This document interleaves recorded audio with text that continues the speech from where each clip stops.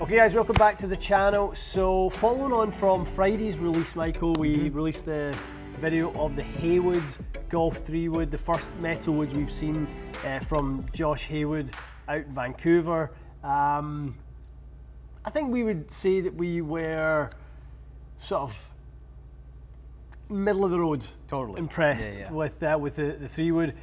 More impressed with it from a value perspective, I guess, than something that we said was going to be industry leading from a performance standpoint. I don't think we quite saw it hitting the heights of the best in class fairway woods, but we certainly thought it was a pretty good option. There was a ball flight bias too. It had a little bit of right to left, which for some people will be great. For others like myself that already turn it a little bit that way, I struggle with it a touch. So 3 wood was good, in the good category, kind of middle of the road. Today we're going to test the driver. Yeah. Okay, so we've got the sort of very similar design. We've got the carbon top, we've got the titanium body, we've got the increased weight in the back, 50 grams for higher MOI.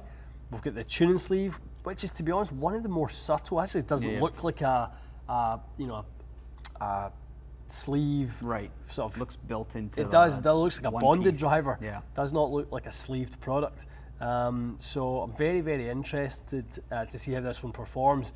From a specs standpoint, 202 gram head weight, so kind of middle of the road from a head weight perspective. One of the things that stood out to me was the 56-degree lie angle. I really like that. Yeah, flat. Yeah, like that compared to some of the drivers out there that are kind of in the 58 to 60 category, which to me sit far too upright, and I just feel like I'm going to hit them left from that standpoint. So this footprint is one that I really like. What were your sort of first thoughts when you unpackaged this guy? I think it looks, honestly, the top line, it looks good. It's very stealthy. It's very subtle. There's no markings on top, which is nice. The carbon looks good. Like we said in the fairway wood video, for a DTC brand to bring woods into the game, like Josh was testing before this was released.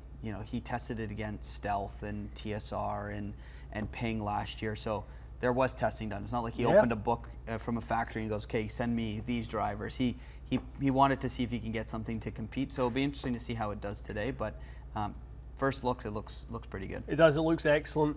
And then under the hood, obviously, which is where sort of it's I guess more the engineering capabilities of the driver are kind of based in. There's a little bit of the, Josh talks a little bit in his kind of blurb about the driver of a sort of or internal ribbing to channel some acoustics that are a little bit more friendly, a little bit less of that kind of either a dull thud or a high pitchy one that people don't like either end of the spectrum on sound.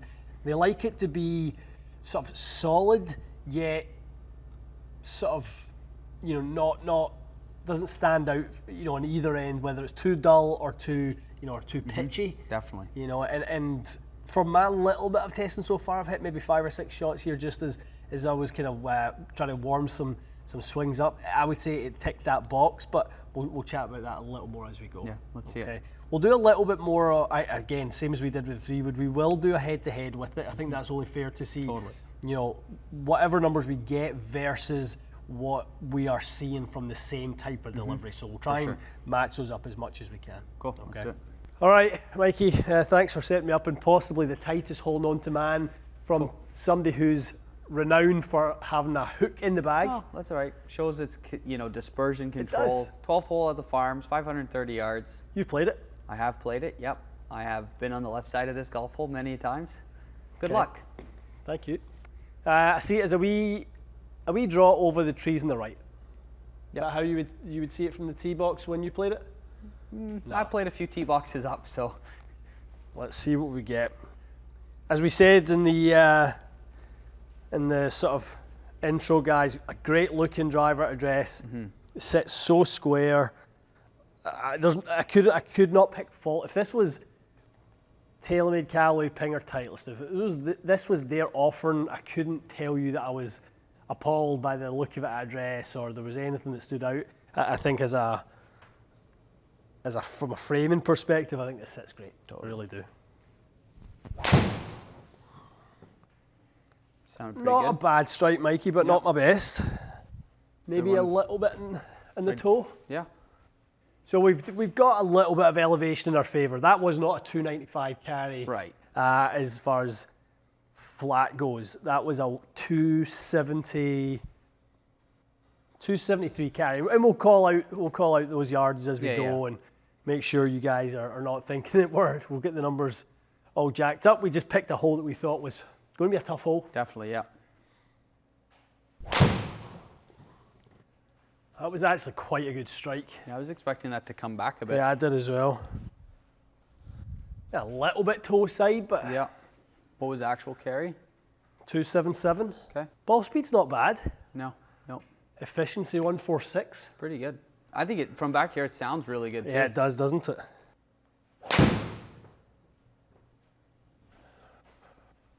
Good swing. Yep. Yeah, not bad.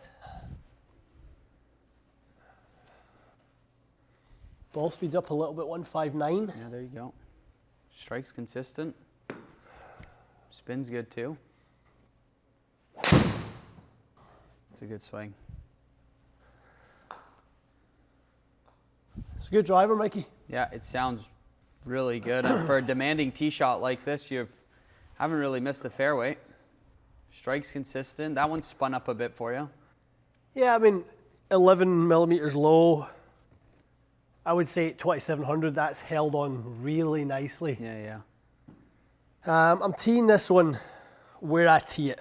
Right. So if we look at that, guys, I like to tee it, you know, the center of the golf ball is in line with just under the top line of the driver. Right. It's exactly where I like it. I don't consider that to be a low tee, I really don't. No. But it's also not pegged up way too high either. It's a good swing. A little toey? Thin again. Okay. I'm fine in the middle of the driver, I'm just finding the low bit of it. You've obviously hit every driver that's released this year. If you could change one thing so far, what would you change? I wouldn't. Yeah. Nothing. It's pretty good to, like, for someone to say that. Yeah, there's nothing I would change. Yeah. I would have zero issues. If this was the driver that performed the best, I would have zero issues with the look, the sound. Like, I feel like I'm hitting a few miss hits. Now, I don't have anything as a reference point yet because I've not hit my own driver next to it. Yeah. I think once I do that, I'll have a really good idea of whether this is actually really good or kind of, look at that. Look at that's where the difference lies. Yeah.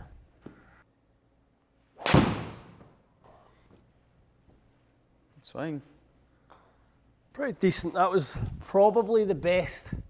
It still felt a hair thin, Mikey. Yeah. Yeah, but 162 ball, 12 launch. That's your quickest, and felt the fraction thin. Yeah. Nice thing is with this driver, like, it doesn't.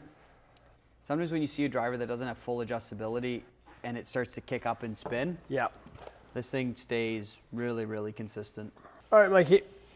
I mean, currently, the Stealth 2 Plus is in the bag for right now. Yep. We do have a new one, a new contender with we won't kind of spoil what that is, but this is the kind of top contender. Yeah.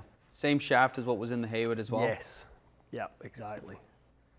Shape-wise and carbon to or sort of top line ratio is very, very similar also.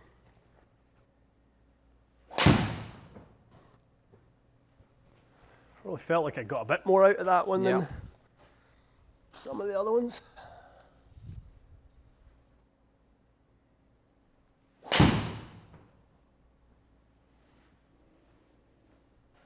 I didn't hit that one quite as good, Mikey, but got away with it. Obviously better shape. Now, if anyone looks at this and go, that doesn't look like a normal delivery, we're not aiming like we do in the driving range straight. I'm aiming for literally that shot over that tree, which is why the path is showing exaggerated amounts to the inside, just because from an alignment perspective. Oh, that strike's pretty good. Was it okay? Yeah, I mean, 11 launch, 2300, 161 ball. Yeah, don't mind it at all.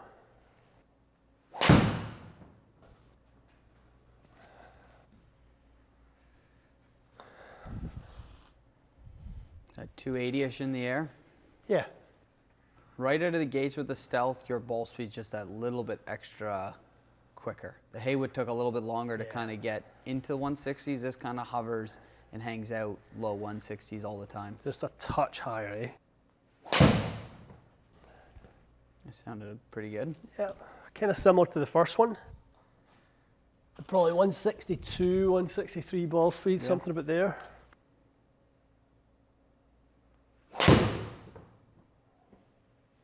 It's a good swing. Strike was a hair low, so spin will be a bit higher, but... Yeah, got away with it. Yeah, ball speed was good. Just the retained ball speed is good on stealth. Yeah. Yeah, for where you struck that, normally you would see that ball speed drop a little bit, but still hovering 163. Yeah, it wasn't bad.